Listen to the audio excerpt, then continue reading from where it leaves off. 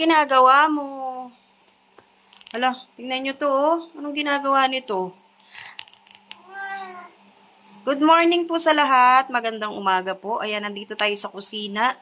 Dito tayo dahil magliligpit tayo. Ayan, kinalat na po natin. Makalat na po talaga. Kaya lang dito natin pinagpapatong yung mga galing po dito. Ayan, tatanggalin po natin to dito kasi makalat. Tapos, maghuhugas na rin po tayo. Ito po, tinanggal natin. At kasi, tinanggal natin yung mga kasama nito. Dito natin nilagay.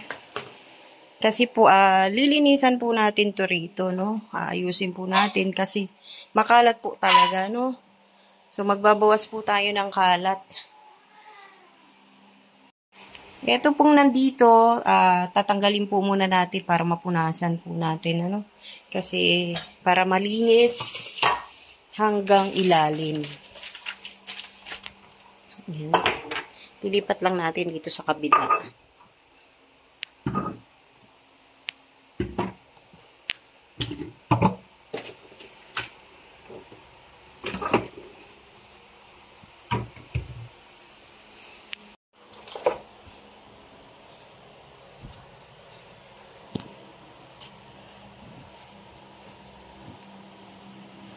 So, ito po, pinupunasan po natin ng may sabon.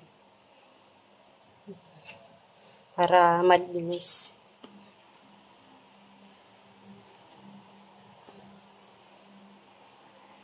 Ayan po, habang naglilinis po tayo dito, habang inaayos po natin dito sa kusina. Ito, nagsasalang na po tayo ng munggo. Ito po yung magiging ulam namin. Habang inaantay natin siyang lumambot, so naglilinis naman tayo dito. Tapos, nagsalang na rin tayo ng pagkain ng aso. Ayan, paluto na po siya. Nakaluto na po tayo ng pagkain ng aso. Gutom na po yung mga yan. Galing po sa labas yan. Pero bago po yan, habang nakasalang yung ating munggo, lalabas po tayo. Kukuha tayo ng ampalaya tsaka talbos. Nauna pa talaga kayo, Yan, dito tayo.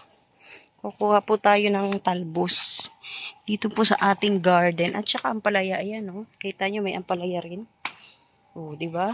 Hindi na ako lalayo. Siyempre, may gunting ako. Tsaka, lalagyan ng gulay. Ayan na, mamitas na tayo ng gulay. Yung mga nasa, lang, yung ibabaw lang yung pipitasin natin. Ayan, yung talbos lang po talaga, Kumanda yung talbos natin nung nadamuhan. Ayan, naging malaya sila sa damo. Dito lang, hindi na tayo lalayo, Ayan, may ampalaya.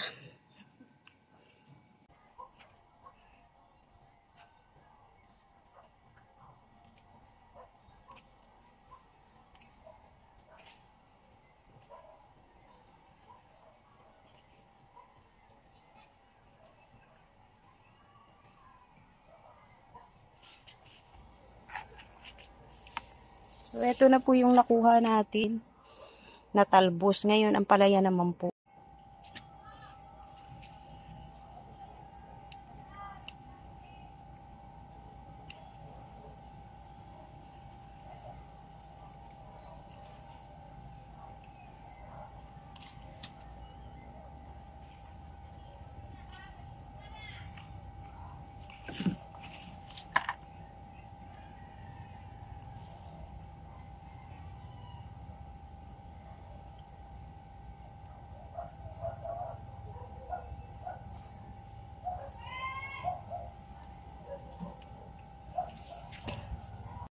Ayan, nakapitas na po tayo ng gulay. Sariwang-sariwa po talaga yan. Huhugasan na lang po natin. So, ito na po yung nakuha nating gulay. May bunga pala yung okra natin, kaya lang 2 piraso. Tapos yung sili natin, 1 piraso. Ayan, tinanggal na natin. Pinitas ko na po. Ngayon, huhugasan na natin to para po maihalo sa ating gulay. Ayan na, Kumukulo na rin po yung ating munggo. Nakalimutan ko palang takpan habang kumukuha tayo ng gulay. Ito po yung itlog ni Bobby, yung bigay ni Kuya Bobby. Ayan po, ang dami niyang itlog. Yung iba po, naluto na namin. Tapos yung iba naman nabasag. So, ang dami palang itlog ni Bobby. Ilan yan? 2, 4, 6, 7. Bali, 3 na yata yung naluto natin, di ba ate? So, ang dami niya na pong itlog. Ayan, oh. Parang hindi niya naman to lilimlimin eh. Lilimliman. Parang hindi niya pipisain. So, ngayon, hugasan po natin. Kakainin na lang po natin. Yung iba kasi, nag-crack po yun. Dahil din sa kanya. Kaya niluto namin. Kasi nilagay namin dun para limliman niya. Pero parang hindi niya lilimliman to. Pangkain lang po talaga. Ayan, oh. Hugasan natin para malinis. Ito na po yung itlog ni Bobby. O, diba? Malinis na. Nakita ko lang po to dun sa gilid kasi nakakalabas-labas na po si Bobby. Nakita ko to sa gilid dyan ng bahay namin kasi nagtanggal ako ng damo. Ito nakita ko. Meron tayong sariwang itlog at gulay. Ayan. Ayan na. Luto na po yung ating munggo. Magulay na naman ang ating munggo.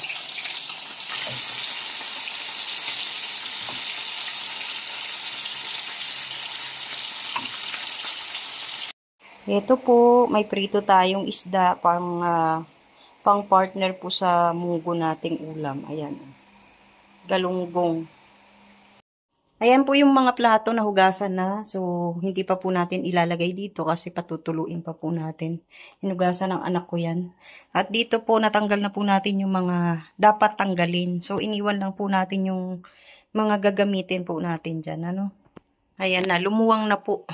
Kanina po sobrang dami ng mga nakatambak. Ayan, malinis na. Ngayon naman po, lilinisan naman po natin yung mga loob ng lalagyan natin. Ayan, ang cabinet natin.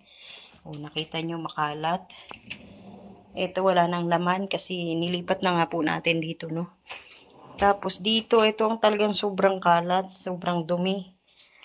Kaya aayusin din po natin yan, ano? Tapos ang daming dumi, oh. Oh. Aayusin po natin to, lilinisan natin. Magbabawas tayo ng mga kalat. Ito na po yung mga basurang natanggal natin.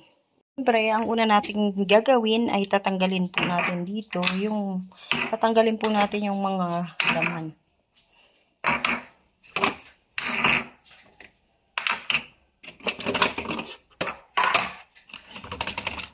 Ayan na.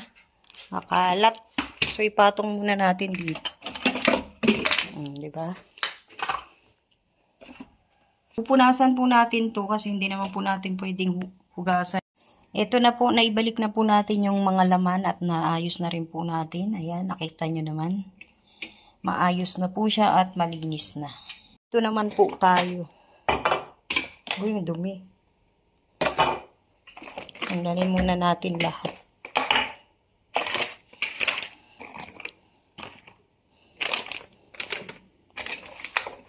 Marumi talaga, oh. Naamag. Tapos yung dito, oh.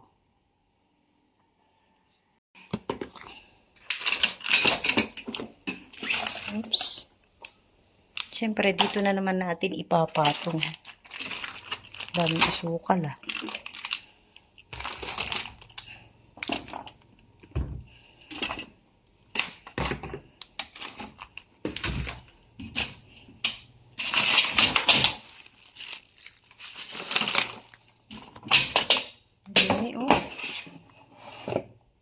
Ito po, hugasan natin.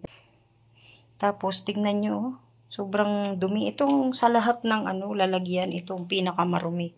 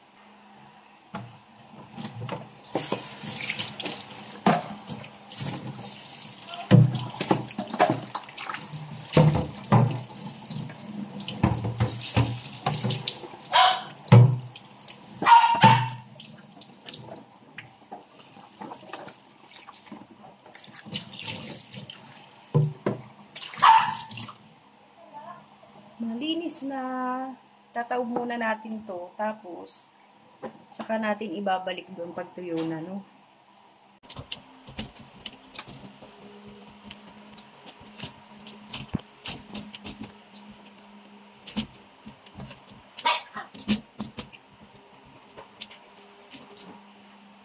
Ito na po yung isang lalagyan natin. Malinis na po. Ayan, naayos na rin po natin.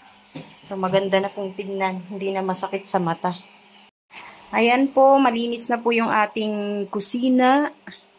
Ayan na, oh, naayos na po natin. At nabawasan na po natin yung mga kalat na nandito. At naayos na rin po natin. Nalinis na rin po yung loob at labas po ng ating mga cabinet dito sa ating kusina. At na-map na rin po natin yung sahig. So, ayan. 4:30 na po ng hapon ngayon. Hindi pa rin po tayo tapos. Naglilinis pa rin po tayo dito. Sa susunod na lang po ulit. Hindi pa po tayo tapos dahil marami pa po tayong gagawin. Kaya lang, hapon na po. Ayan na, oh. 4:30 na po ng hapon. At sa susunod po, lilinisin naman po natin yung mga CR. Andito pa pala yung ating mga ginamit na walis tambo. Hanggang dito na lang po yung ating vlog. Malinis na po yung ating bahay. Lalong-lalo na po yung kusina kasi sobrang marami pong mga nakalagay pero ngayon malinis na po. So ayan, maraming salamat po sa lahat po ng manonood. Hanggang sa susunod. God bless. Maraming salamat. Shoutout kay Ate Annie, kay Ate Nancy. At sa inyo po sa lahat ng manonood. Shoutout po. Kay Mr. PH, kay Ma'am Jasmine, shoutout po. Mabuhay. Bye-bye po.